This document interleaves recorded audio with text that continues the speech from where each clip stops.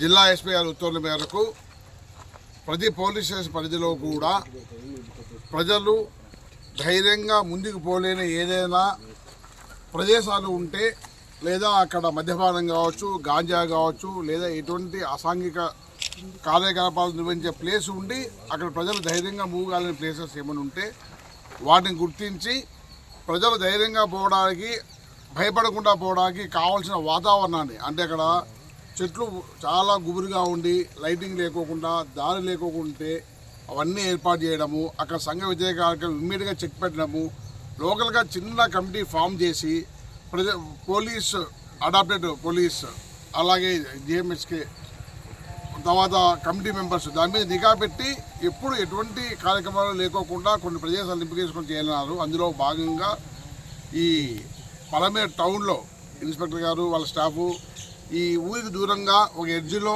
ఉన్న ఈ గౌరీ తోపును ఈ ఫారెస్ట్ ఏరియాలో ల్యాండ్ సెలెక్ట్ చేస్తున్నారు. ఇక్కడ చాలామంది ఈవినింగ్ అయితేనే తాగడానికి అనువుగా ఉందని కానీ, లేదా పిల్లలు సిగరెట్లు తాగడానికి, కొద్దిమంది గంజాయి కన్జ్యూమర్స్ చేసే వాళ్ళు కూడా ఇక్కడికి వస్తున్నారని చెప్పేసి పూర్తిగా దీని మీద సమాచారం మేరకు ఇవన్నీ ఇక్కడికి వచ్చి ఇక్కడ చాలా గుబురుగా ఉంటుంది ప్లేసెస్.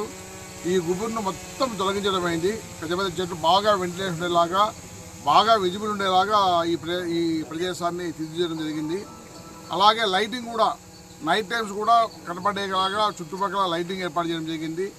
సీసీ కెమెరాలు ఏర్పాటు చేయడం జరిగింది. అట్లాగే లోకల్ లీడర్స్తో, ఇక్కడున్న కార్పొరేటరు, ఇక్కడున్న వార్డు మెంబర్సు, ఇక్కడున్న సోషల్ వర్కర్స్తో కలిసి ఒక చిన్న టీం ఏర్పాటు చేయడం జరిగింది.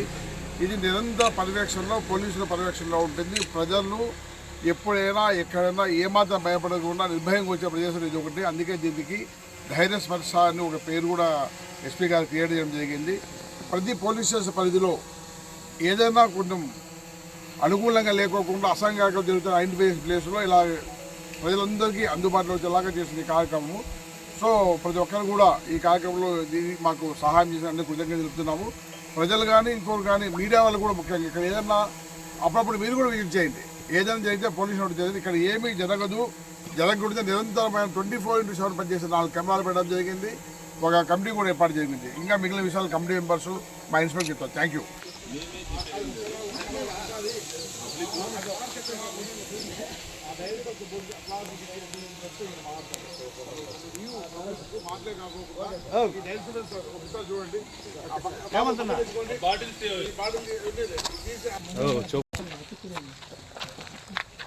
ఈ రోడ్ అంతా క్లీన్ చేయడం జరిగింది.